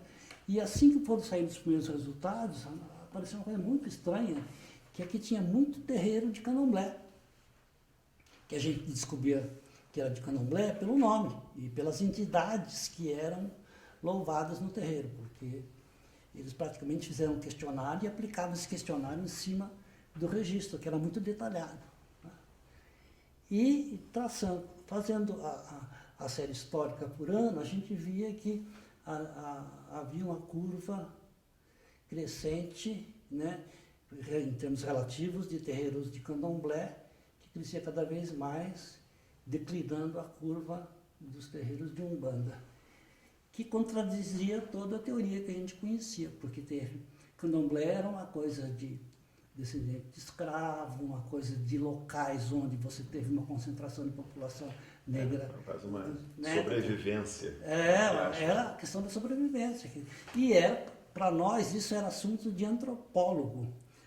Nós sociólogos, não nos mentiu. A gente ia estudar Umbanda, que era uma coisa da sociedade moderna, industrial, urbana, conforme os conceitos da época. E isso colocava um problema, quer dizer, ou a teoria estava errada, ou o candomblé teria mudado. Quer dizer, teria sofrido alguma mudança, de tal forma que ele passa, né, a cooptar os seguidores que não tem mais a ver com essa fixação antiga e tradicional, né, de descendentes de escravos e ex-escravos. Né? Então aí eu estava desocupado, né? Estava sem projeto, estava perdido no mundo. Fiz um projeto para a FAPESP pedindo dinheiro, uma grana grande. Eu falei, isso vai dar muito trabalho, porque tinha que viajar pelo Brasil, coisa e tal. E eu me lembro que eu estava em Recife quando, olha, naquele tempo o diretor da FAPESP ligava para a gente. Hoje em dia é tudo feito online, né? Mas ele me ligou, era o Fava. O Fábio me ligou e disse, Rinaldo, estou com um projeto seu aqui na minha mesa. Você tem certeza que é isso mesmo? Você quer estudar candomblé em São Paulo? Você não quer estudar candomblé na Bahia? Você não está fora de lugar? Eu falei, não, no momento eu estou até em Recife, estou indo para um terreiro de Xangô daqui a pouco. Mas vou te explicar direito a história. Aí trocamos algumas palavras e ele falou, não, você me convenceu, acho que vale a pena investir. Porque ele achava que era uma metrópole tão moderna, que não é de ter essas coisas não, antigas. Não, essa coisa era uma coisa de negro, era uma coisa de resquício cultural, uma coisa de sobrevivências, porque nós tivemos uma população negra em São Paulo muito pouco significativa se você compara com Salvador, com Recife, com São Luís do Maranhão, né? Quer dizer, as nossas tradições religiosas em São Paulo eram muito sincretizadas, muito voltadas para a prática católica. Né?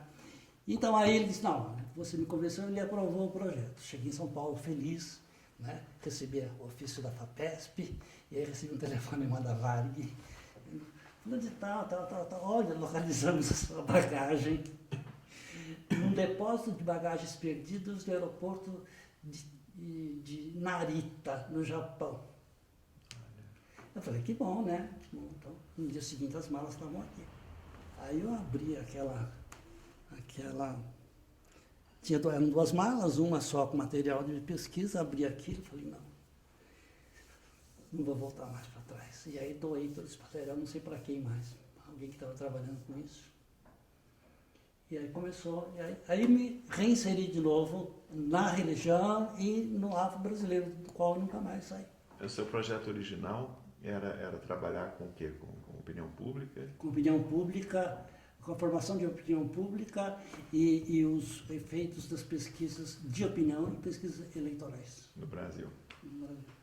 E aí nunca mais Nunca tomou mais, esse projeto. Nunca mais. Aí, porque não deu, por falta de tempo também, né? Porque Não se arrepende de se ter você toma um abandonado? caminho, você não consegue depois botar o pé no outro. Não se arrepende de não ter? Não me arrependo, porque isso Quer dizer, eu continuei ainda assim a trabalhar com outros temas, né? Quer dizer, até acho que fiz livros sobre outros assuntos. E também trabalhei muito com outras religiões, e trabalho ainda, né? Com católicos. Agora tem um artigo que saiu na Tempo Social, e um outro que está saindo na SBS, não, na RBCS, que é sobre evangélicos e política.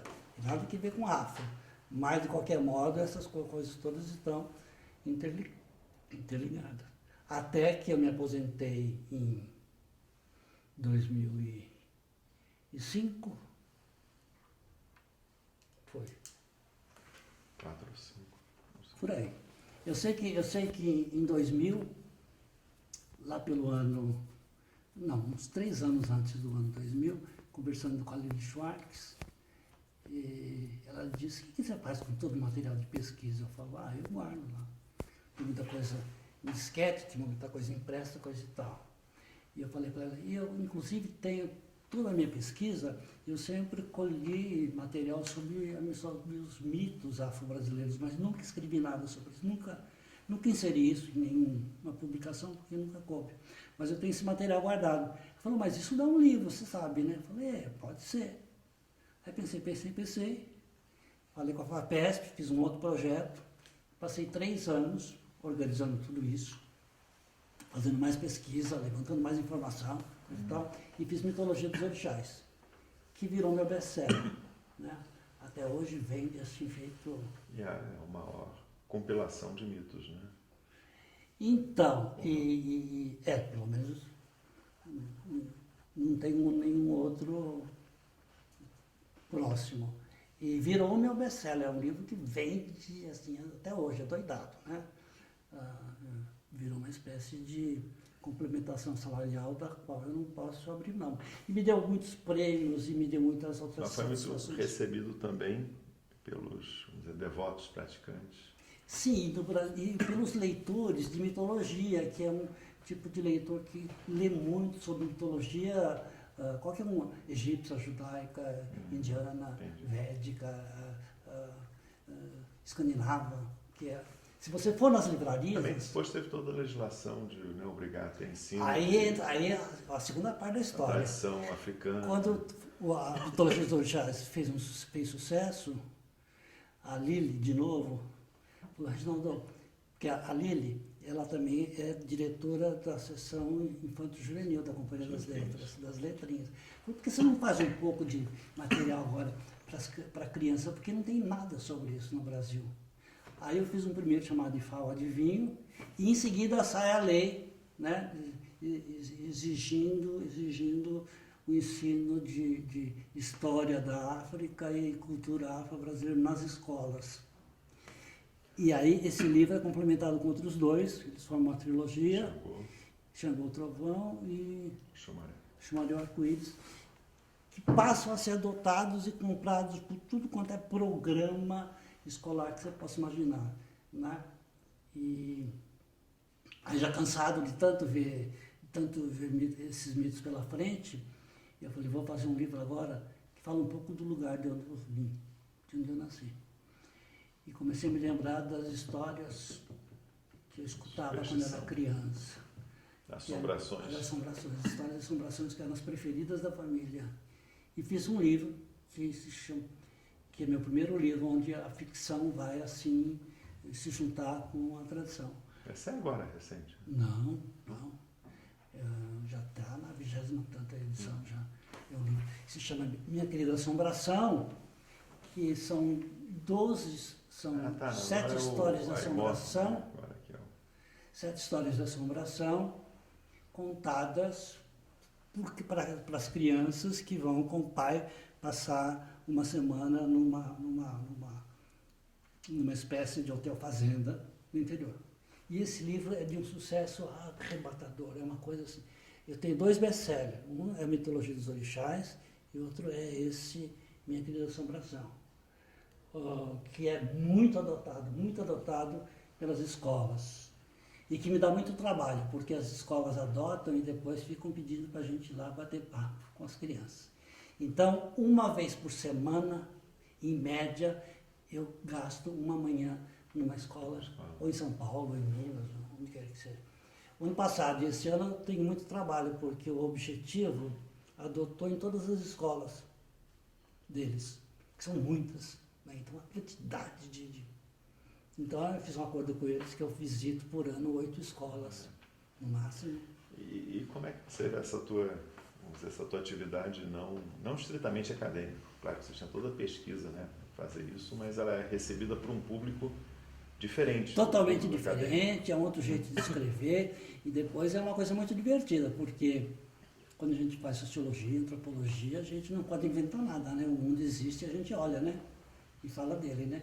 E aí não, aí, a partir de minha querida assombração, eu começo a inventar coisas, porque para dar sustento, para juntar essas diferentes histórias que são contadas, eu crio um grupo de personagens que vão vivenciar o dia a dia nessa fazenda. E aí começa o trabalho de ficção, né? Que eu aprendo a fazer com uma certa dificuldade, mas que... Tá? Então eu acabo ficando com essas duas... A partir daí eu tenho duas atividades. Uma atividade é de sociólogo, e continua... Você continua dando aula na pós? Eu continuo... Não, só oriento. Só orientando.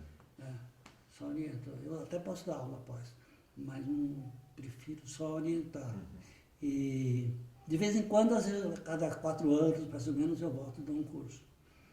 Espero juntar gente e tal. E continuo com essa atividade.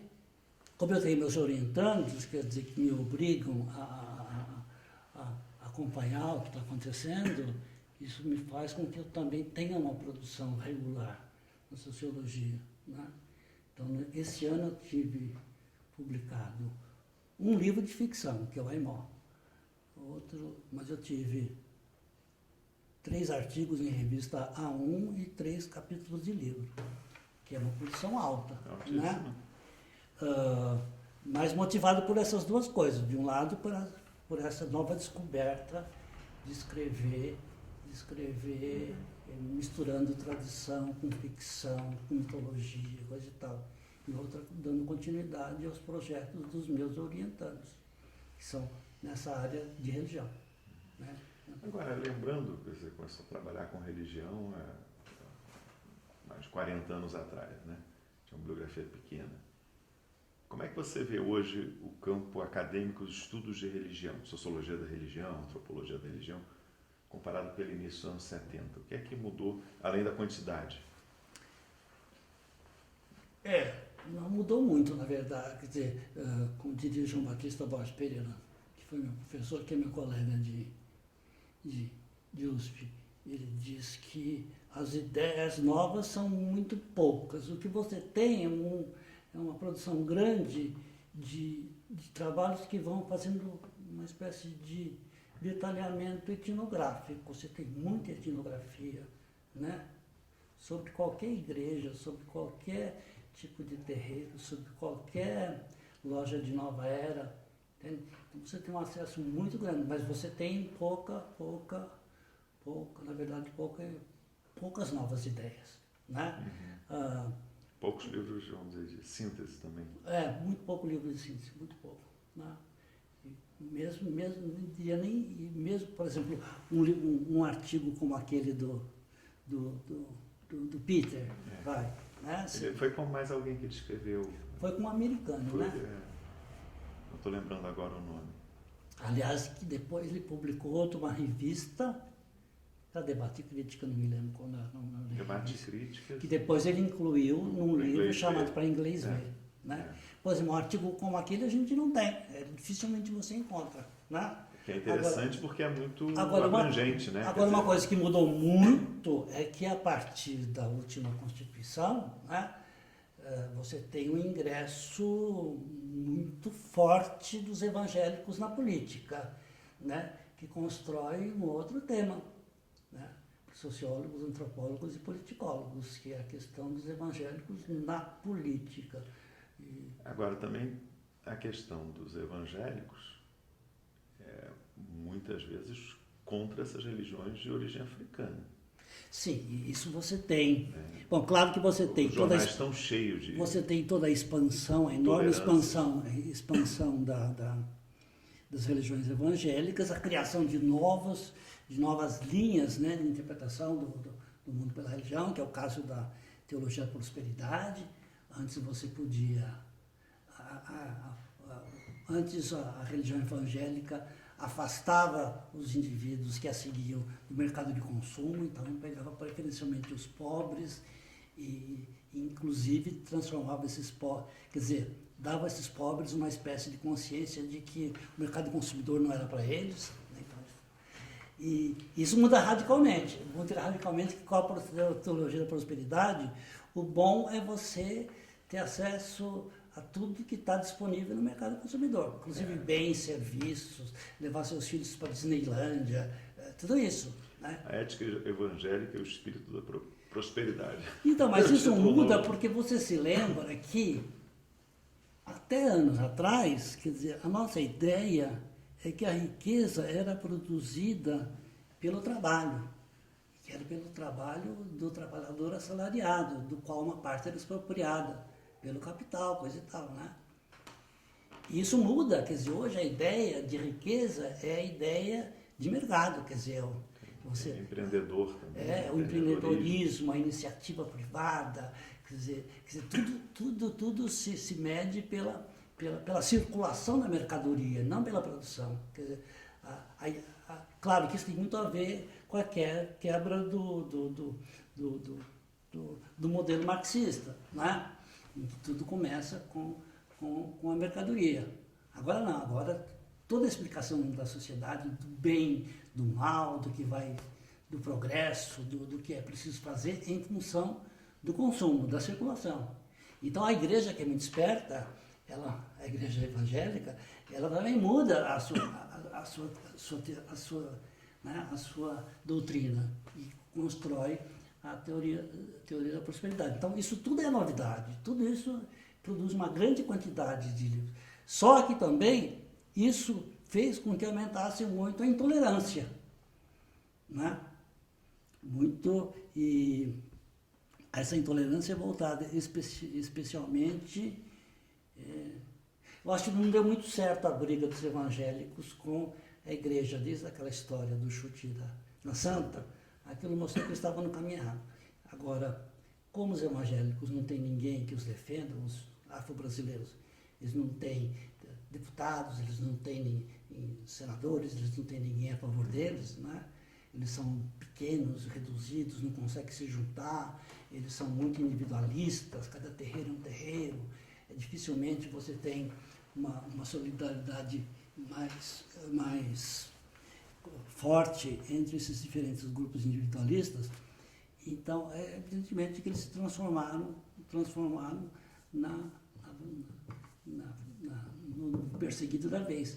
Mesmo porque eles são politeístas, né? E todo mundo no monoteísmo adora ver o diabo no politeísmo, né? Então, tudo isso é novidade, que não tinha naquele tempo, né? O teu trabalho sobre os candomblés, né, vai fazer quase 30 anos daqui a pouco. Já fez 25. O que mudou nesse período aqui em São Paulo? Os candomblés de São Paulo. Nos candomblés de São Paulo... Diminuíram? Em termos relativos, eles diminuíram. Mas eles ganharam muita visibilidade porque aumentou muito a militância. É uma militância quase que fisiológica, quer dizer, o candomblé está muito presente sempre na aba dos governos, das secretarias, dos órgãos públicos, fazendo, como eu direi, eles não conseguem nunca eleger um deputado. Não tem nenhum deputado. Tem agora em São Paulo uma mãe de santo que se diz deputada eleita, mas ela não foi eleita pelos terreiros, ela foi eleita por outro tipo de base, né? Mas eles estão presentes em todas as secretarias, eles estão presentes e no governo do Lula eles tiveram uma grande vantagem porque o Instituto Palmares, né, que é mais ou menos quem administra os recursos voltados para esse tipo de prática cultural, eles eram muito ligados aos grupos de terreiro. Então, eles conseguiram muitas vantagens a partir da instituição Palmares, né? Isso diminuiu um pouco na Dilma e agora acabou completamente, né? Então, há uma militância forte, importante, mas ela é muito ainda ligada a uma ideia muito de tirar vantagem, de tirar proveito. É uma coisa diferente do que aconteceu talvez por razões históricas, do que aconteceu com os evangélicos, né? Agora também tem muito trabalho sobre isso, tem muito aluno fazendo estudos sobre isso, né? E os evangélicos estão ocupando espaços crescentes, né, na política. Cada vez mais. Né? E em termo próximo censo, acho que vai ter mais protestantes do que talvez católicos no Rio de Janeiro, por exemplo. No Rio de Janeiro já tem, né? Já tem na cidade, né? Na estado, cidade talvez. já tem. Né? Então, vamos dizer... E deu no que deu, né? Elegeram o Crivella. Né? Crivella. E as próximas eleições para presidente, ninguém sabe exatamente se vai ser mesmo final de 2018 ou antes, mas tudo indica que vão aumentar também bancada e tem várias bandeiras que implicam retirada ou retrocesso, né, em relação a, vamos dizer, conquistas do ponto de vista da tolerância, pluralidade, esse tipo de coisa. Isso não te assusta, não? Eu acho que... Ou você acha que eu acho que é um processo civilizatório em curso, entende? Como assim? Eu acho que, na medida em que os evangélicos foram para o parlamento, eles têm que aprender, entende? A ser parlamentares. Né? Eu acho que a coisa se complica porque isso é um processo mais ou menos lento, né?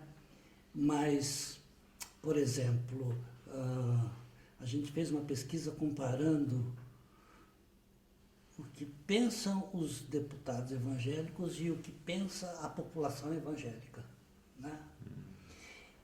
Isso é publicado onde? Acho que no Tempo Social, esse ano ou ano passado, não sei. Um artigo que se chama Quem tem medo da bancada evangélica?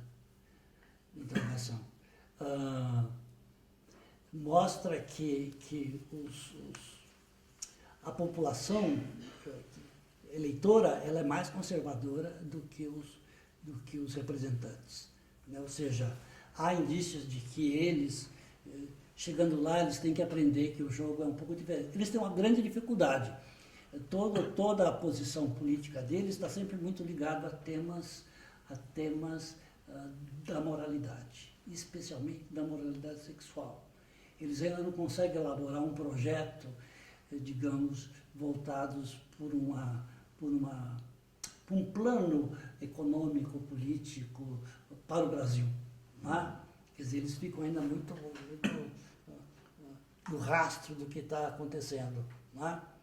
Agora, eu acho que eles aprendem, com o tempo eles devem aprender, né? Porque você não vai governar um país inteiro a partir de leis que tratam apenas da regulação do comportamento moral das pessoas. Isso é praticamente impossível. Eles têm que aprender a botar a mão na massa. Né? E aí eles se deparam com uma realidade que é muito diferente, que é uma realidade que tem tem necessidades de planejamento, de organização, né? Que talvez eles não tenham ainda hoje com isso uma certa familiaridade, mas eles vão acabar tendo. Eu já tinha escrito um artigo antigo na USP publicado na Tempo Social, chamado, esqueci agora, com essa ideia de que, na verdade, não é o Brasil que vai virar evangélico, mas são os evangélicos que vão virar brasileiros. Né? Porque também a cultura tem uma pressão muito forte sobre eles. Né? Vamos ter uma primeira prova agora. Se o Crivella conseguir acabar com o destino das escolas de samba, a minha teoria vai para o brejo. Tem a favor dele a falta de dinheiro, a crise, né? Que serve Mas de a crise pretexto. é passageira. Né? Esperamos. Bom, Reginaldo, já está aqui há 2 horas conversando. Não sei se eu deixei de falar de alguma coisa, perguntar alguma coisa que você gostaria de falar também. A única coisa que eu quero lembrar, frisar, acho que isso ficou claro, é que a minha carreira é uma carreira onde eu tive poucas escolhas. Né? Quer dizer, sempre se tratou de aproveitar as oportunidades que apareceram e eu sempre, claro que evidentemente que você não embarca num caminho torto, mas eu tenho uma coisa, eu nunca procurei emprego na vida. Acho que você também não, né? Isso acho que é uma deficiência na biografia da gente, né? Porque todo mundo tem esse problema, né? De encontrar o seu espaço, com dificuldade de lutar, de conseguir. E as coisas, parece que era emprego que procurava a gente, né? Então isso dá uma certa... Fui contratado como pesquisador já, carteira assinada, com 23 anos, graduado. Hoje, e desde então nunca ficou desempregado? Não. No mesmo lugar, né? 30 e poucos anos na FGV. Isso é raro hoje em dia, né? Salvo o concurso público, né? Cada vez com uma proporção, né? muito diferente entre o número de pessoas que se forma e a quantidade de vagas. Né? As pessoas têm essas dificuldades de permanecer na carreira, muitas vezes, não conseguem, né? Vai para outro lugar, ou de mudar muito mais do que antigamente se mudava. Não sei. Aconteceu isso, quer dizer, eu vou para a faculdade, aí por uma razão eu vou para outra também, nessa outra aí eu entro num projeto para poder me manter, esse projeto me leva para o Sebrae me leva para a USP, assim vai, quer dizer, eu não tive grandes procuras, quer dizer, as coisas foram se mostrando, né? E mesmo esse ingresso nessa outra carreira paralela minha, que é de escritor, onde já tem muito livro publicado, também aconteceu por acaso, quer dizer, numa conversa. A Lília Schwartz, eu quero, faz. A Lília, que é a minha madrinha, né, quer dizer, então, e que deu certo, né, quer dizer, foi uma coisa que deu certo, porque é uma coisa que eu gosto de fazer, uma coisa que complementa bem o que eu faço. Né.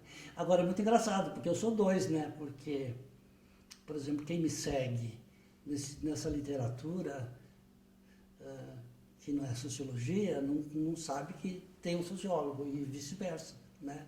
Quer dizer, meus colegas da USP, do próprio departamento, não sabem as coisas que eu faço, né?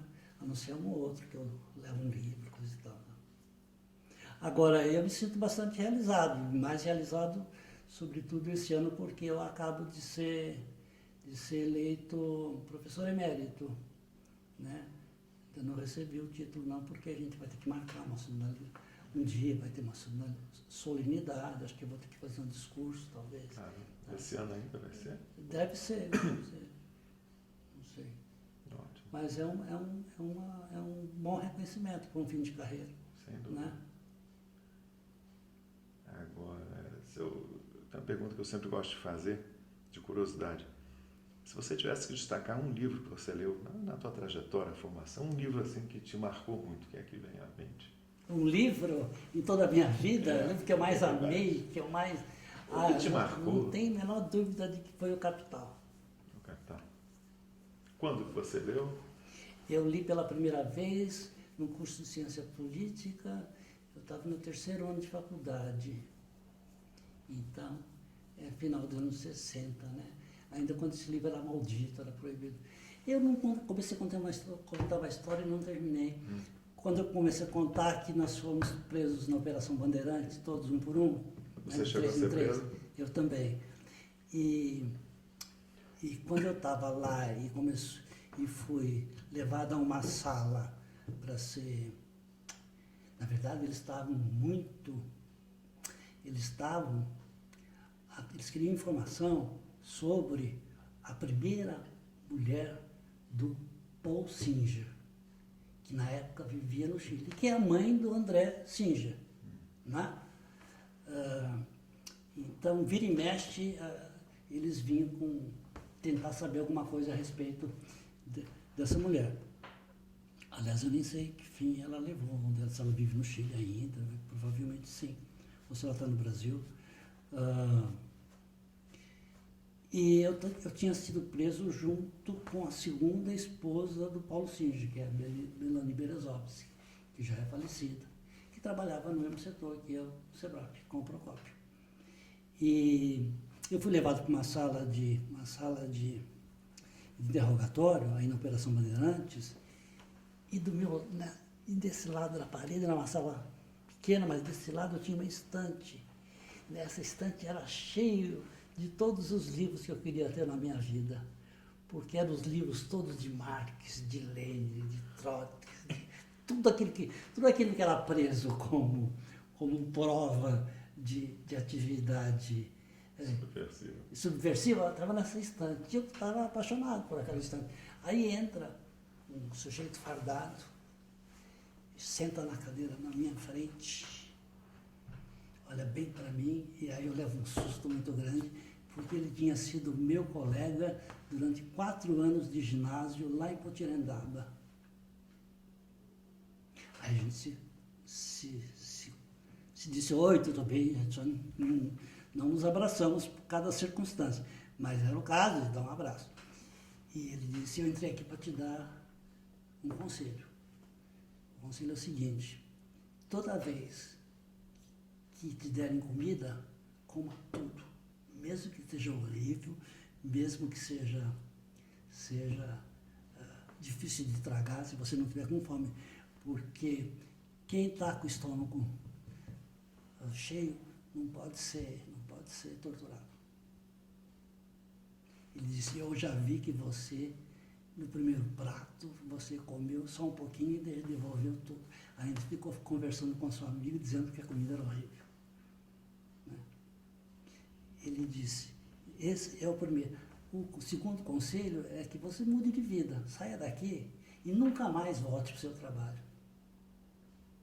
Né? Eu falei, bom, o primeiro conselho é fácil de seguir, eu vou seguir a regra. Sobre o segundo conselho a gente vai se encontrar mais na frente e a gente vai conversar. E eu nunca mais encontrei com esse colega. Nunca mais soube dele. Nunca mais soube dele. Mas quando a gente estudava... Quanto tempo você ficou lá na Operação Bandeirante? Eu fiquei acho que 3 dias, uma coisa assim. Não sei quantos dias, mas 3 noites. E comeu tudo que lhe deram? Tudo. Não foi torturado? Não, e eu ficava preso junto com a Melanie, né?